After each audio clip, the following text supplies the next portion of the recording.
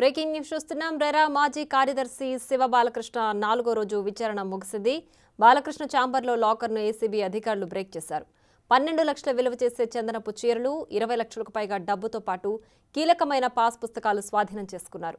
Balakrishna real estate వ్యాపారం చేసినట్లు గుర్తించారు ఏసీబీ అధికారులు. దీంతో రియల్ ఎస్టేట్ వ్యాపారంలో పెట్టుబడులపై ఆరా తీశారు. బాలాజీ పేరుపై పెద్ద ఎత్తున ఆస్తులున్నట్లు గుర్తించారు.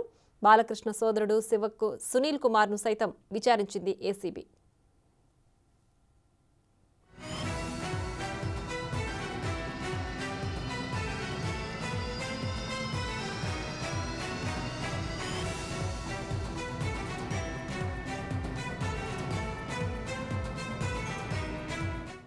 రెరా మాజీ కార్యదర్శి శివ బాలకృష్ణ 4వ రోజు విచారణ ముగిసింది.